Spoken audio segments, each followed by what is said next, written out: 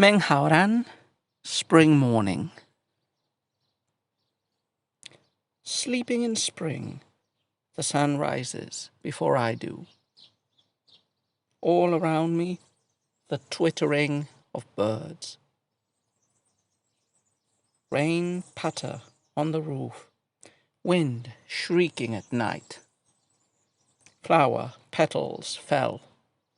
Who knows how many? So this is the last of Meng Haoran's poems in this collection, and the last of his group of 2 among the 5-word quatrains. So, first thing to say is I believe this poem is pretty representative of Meng Haoran's work. I have read anthologies which have included Meng Haoran's poems among them, but if I had to say one poem which I remember from Meng Haoran, it's this one, this very specific poem. In a way, it could be said that it fits the bill, the even stereotypical conventions and tags that are reductionistically placed on poets. So Meng Haoran, as we've talked about a lot in previous commentaries on his poems, is the stereotypical high-tang retired poet.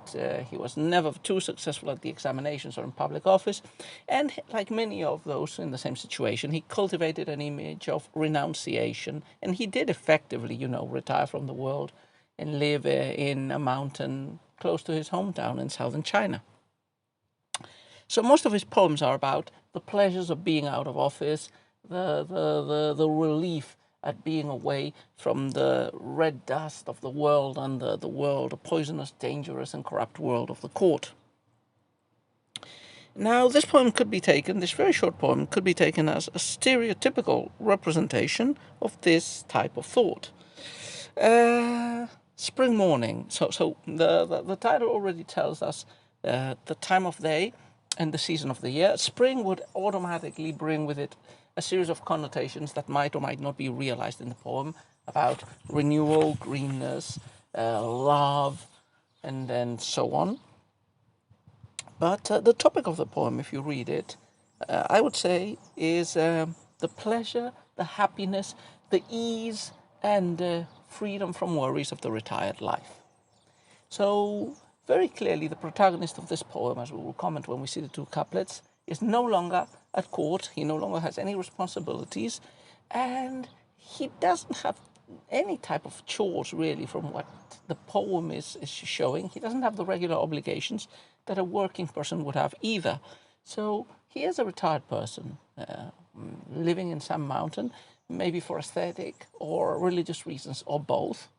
And, this poem is just a simple song at the happiness of living, at the happiness of being, at the lack of preoccupations and worries that the person who follows this path may enjoy. Okay, then, so let's take a look at the poem couplet by couplet and comment a little bit about it. First couplet. Sleeping in spring, the sun rises before I do. All around me, the twittering of birds. So the first couplet plays on, how could I say it? It plays on the contradictions, on the breaking of expectations of what a person usually has to do. So the first line, sleeping in spring, the sun rises before I do. Now, you would expect a person, a normal person, whether it be a courtier, whether it be a farmer or a merchant, to have to get up very early up in spring, probably even before dawn. We've read some poems about courtiers shuffling, whether on foot or on horseback, to the imperial palace long before dawn. But here it plays the other way round. It's spring morning, the sun is out, the sun has risen before the poetic persona has risen. So you have this image of the lazy poetic persona. He or she is still in bed, even though it's clearly day and there's a lot of daylight and perhaps even creeping warmth to be seen and to be felt around. So breaking expectations, it's the sun and not the poetic persona who has risen early and who has come out first. All around me, the twittering of birds. Now, where is this lazy poet lounging in? We might imagine not in Chang'an in the city. The second line clearly indicates obliquely that the poet is in some natural reserve, in some mountain, in some country retreat, a place that is not clearly the hustle and bustle of a city or a town. So all around him, he hears sounds, and so we have an oral image in the second line, as opposed perhaps to the visual image of the sun rising in the first line. So we have sounds around me, but they're not the sounds of men or women or, going around chores. It's the sound of birds. It's twittering. So we're probably in nature, in some garden or in some mountain. Ironically, the old hustle and bustle of the city and of court has been transformed into this pleasing twittering of birds. Now we continue with the second couplet. Remember, in Trechu, it's generally the third line which brings around a slight change or a slight twist of the focus of the poem, and it happens in this one. Rain patter on the roof, wind shrieking at night. Flower petals fell, who knows how many. So the third line continues with aural impressions, just like the second line of the first couplet was about oral impressions. But these ones are remembered, I believe, not immediately perceived. Rain patter on the roof, wind shrieking at night. That happened the night before while he was falling asleep or sleeping. This is spring, so the weather is pretty mutable, so it can be shiny and bright and relatively cool, but it can also be rainy and stormy. The night before this morning in which the poet has awoken was a rainy and windy night. Yeah? So, as opposed to the lovely, sweet sound of the twittering of the birds, we may imagine the wind shrieking, the rain pattering. But why are these sounds from yesterday presented to us? That's what the last line clarifies us, creating at the same time a beautiful conceit. Flower petals fell, who knows how many. So this is the preoccupation of the poet. This is what arose in his mind, the thought about the rain pattering on his roof, the wind shrieking last night. The wind and the rain have probably scattered some of the petals. This is spring.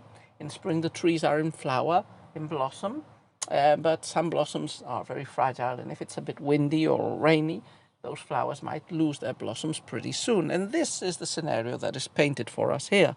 After yesterday's night and wind, it is possible that the wind has pulled some of the, peach or plum petals of the trees and scattered them around so that one can no longer enjoy their beauty in the flowering trees. How many? Well, the poet is still in bed, presumably, or still hasn't come out of the hut. He's speculating about the situation. Now, the funny thing is, this last couplet matches the first one. The first one described the poet indirectly as living a pleasing, a relaxed, a peaceful, retired life. The second couplet actually emphasizes this by painting the only preoccupation the poet has in this situation. No longer any worries about court factions, about warfare, about purges and death, about striving, about economic success, whatever. All the dust of the world has been swept away so much that the only preoccupation that can creep into the mind of the poetic persona is, and it feels, slightly contrived, the only preoccupation, the only worry that crosses his mind in this lovely early morning of lazy dozing is, the petals fallen. Might I not be able to enjoy their beauty today because, they've just gone away because of the wind and rain. So it's slightly funny and slightly frivolous conceit, but I think it works very effectively. I think this poem conveys very well this devil-may-care attitude of the retired scholar official who no longer has anything to worry about.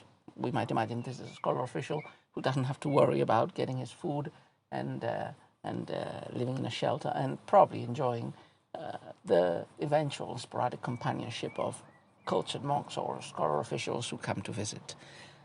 So lovely, lovely little jewel, the pleasures of the retired life, and mainly the main pleasure, the lack from worries.